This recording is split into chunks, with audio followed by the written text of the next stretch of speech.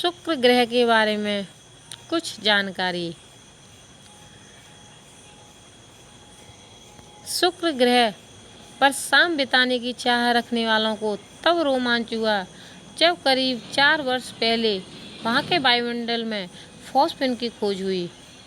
पृथ्वी के वायुमंडल में ज़्यादातर फॉस्फेन सूक्ष्म जीवों द्वारा उत्पादित होती है। अब शुक्र पर यह फॉस्फेन कहाँ से आई, इसका जवाब तो शोधकर्ताओं के पास भी नहीं था। लेकिन अगर शुक्र ग्रह पर फॉस्फेन है तो इसका मतलब वहाँ जीवन किसी न किसी रूप में अवश्य होगा। दरअसल किसी भी ग्रह पर जीवन की उत्पत्ति के लिए जो रासायनिक प्रतिक्रिया जरूरी होती हैं वे तरल जल के बगैर संभव ही नहीं है।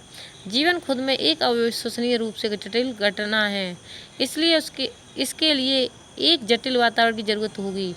जीवन को पनपने के लिए बड़ी मात्रा में जटिल कार्बनिक अणुओं की भी जरूरत होती है। लेकिन अगर ग्रह का तापमान 122 डिग्री सेल्सियस से ज़्यादा है तो ज़्यादातर कार्बनिक अणु नष्ट हो जाते हैं। शुक्र ग्रह का तापमान 400 डिग्री सेल्सियस से भी ज़्यादा है। जाहिर है कि वहाँ कार्बन आधारित जीवन तो असंभव ही है।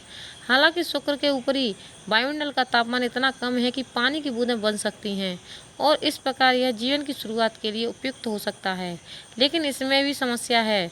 शुक्र पर मंडराने वाले सल्फ्यूरिक अम्ल के बादल किसी कार्बनिक अणु को किसी भी हालत में पनपने नहीं देंगे।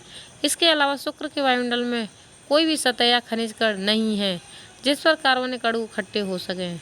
इसके बावजूद अगर शुक्र पर फॉस्फेन मौजूद है तो यह वाकई एक रहस्य है। मुमकिन है कि ग्रह की सतह पर जीवन उस समय से उत्पन्न हुआ होगा जब वहाँ की सतह पृथ्वी से मिलती जुलती थी। वहाँ झीलें भी थीं और महासागर भी, लेकिन ग्रीन हाउस प्रभाव ने इस ग्रह को नरक में बदल दिया। या फिर यह भी हो सकता है कि पृथ्वी से कोई उल्कापिंड टकराया हो और यहाँ की चट्टान से टूटकर कोई टुकड़ा शुक्र ग्रह पर चला गया हो। इस टुकड़े में मौजूद सूक्ष्म जीव शुक्र के अम्लीय वातावरण के अनुकूल हो गया हो।